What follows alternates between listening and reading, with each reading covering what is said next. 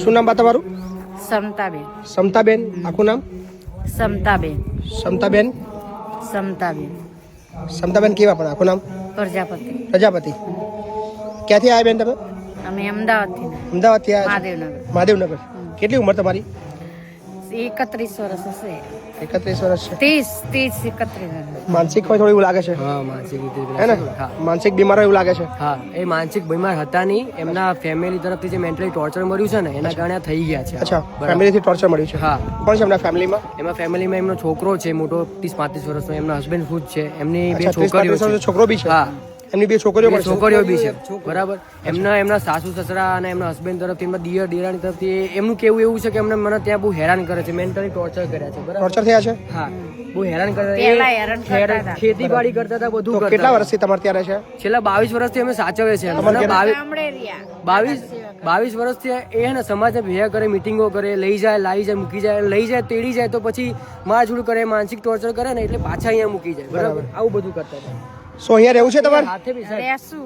હા, એમના હાથે બી વાગેલું છે, ટાંકા આયેલા છે, એમને મારેલું છે. કામ જ નથી કરી હતી ને આ જો આ બરાબર. બધી માથે ટાંકા આયેલા. અમારે અહીંયા એમને મૂકવાનો ઉદ્દેશ્ય તમારા માધ્યમથી એમને સબક શીખવાડો છે કે ભાઈ પોતાની માને સાચવવી જોઈએ. શું એ છોકરાનું નામ શું છે એના? હિતેશ. હિતેશભાઈ. અને એના હસબન્ડનું નામ? રમેશભાઈ. રમેશભાઈ. કયા ગામના છે? એ ટ્રેડ ગામ, વિરમગામ છે. વિરમગામ ટ્રેડ ગામ છે. અચ્છા, ત્યાંના છે. હા, ત્યાંના છે. સો વિરમગામમાં વિડીયો પહોંચાડજો અને એમને કહેજો કે દીકરાને કહેજો કે તમારી મમ્મી અહીંયા વૃદ્ધાશ્રમમાં આવ્યા છે.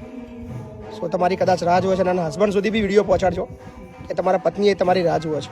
જવાબદારી એમની બને છે. બિલકુલ સાચી વાત છે. બિલકુલ. કેમ કે અમે રાખવા માટે તૈયાર નથી. અમે 22 વર્ષથી છેલ્લા સાચવીએ છે ને, હજુ સાચવવા તૈયાર છે. પણ અમારો ઉદ્દેશ એ છે કે મારા ફૈબાનો ન્યાય મળે. બરાબર છે. એમના ઘરવાળા જીવિત છે, બધું કોઈ છે નહીં એમની દુનિયામાં, બધા છે એમના. પણ એમના ફેમિલી વાળા એમના સદ્ધર છે અને બધી રીતે ગામડે એમનું એક કરોડનો બંગલો છે, જમીન જાયદાદ બધું છે, પણ રાખવા તૈયાર નથી. મેન્ટલી ટોર્ચરના કારણે મારા ફૈબાને જે હતા હેરાનગતિ થઈ એટલે ગઈ. માનસિક રીતે હવે થઈ ગયા. ખેતીનું કામ કરી આપતી નહીં. એટલે મારે એમને ન્યાય અપાવો છે. એ રીઝન થી હું એમને કોઈ અહીંયા ચિંતા નહીં. આવ્યો બરાબર. છું. શું નામ તમારું કીધું? મારું નામ જયદીપ પ્રજાપતિ. ક્યાં રહેવાનું? અમદાવાદ મહાદેવનગર. મહાદેવ. તમારું નામ ભાઈ? રજનીક પ્રજાપતિ. મહાદેવનગર. એ મારા પપ્પા છે. એમને સગા ભાઈ છે મોટા. બળદેવભાઈ હીરાભાઈ પ્રજાપતિ સગા ભાઈ છે મારા ભાઈ. સગા ભાઈ છે. હા. તમે ના રાખી શકો અમે રાખીએ છીએ, 22 વર્ષથી રાખતા જ આવ્યા છીએ. પણ તો શું તકલીફ આવી? તો પણ હવે અમારે તો હવે આ બેનનું તો અમારે નિવારણ તો લાવવાનું ને, આ તો લઈ જાય લાવે પણ કાયમી રાખવાનું એનો ફરજ નહીં આવતી અમારે. અમે અહીંયા ભાડાના મકાનમાં રહીએ. બરોબર. હવે તમે વૃદ્ધાશ્રમમાં મૂકીને ફરજ નિભાવો છો તમે? નહીં, અમારે આ ન્યાય મળે તેડી જાય ને તમારા દ્વારા અહીં નહીં અહીંથી. અચ્છા, તમારો ઉદ્દેશ એ છે કે હા. અહીંયા આ વિડીયો વાયરલ થાય, હા એના ઘર સુધી પહોંચે, હા સમાજમાં એને ખબર પડે લોકોને, પછી તેડી જાય. તમારો ઉદ્દેશ એ છે, આવીએ જ. બરાબર ને? બસ. તમે એને ત્યાં મોકલવા માંગો છો. હા બસ, અમારે બીજું કઈ નહીં. ના ના, ખૂબ સરસ ભાઈ. તમે અમે રાખવા રાજી છીએ. જેટલી વખત આ લોકો ફોન કરે એટલે એ લોકો આર્થિક રીતે સદ્ધર છે અને આમની આર્થિક જે કન્ડિશન રહી, બંને રેન્ટ ઉપર રહે છે, બંને ભાઈઓ છે. ના ના, કોઈ ચિંતા નહીં.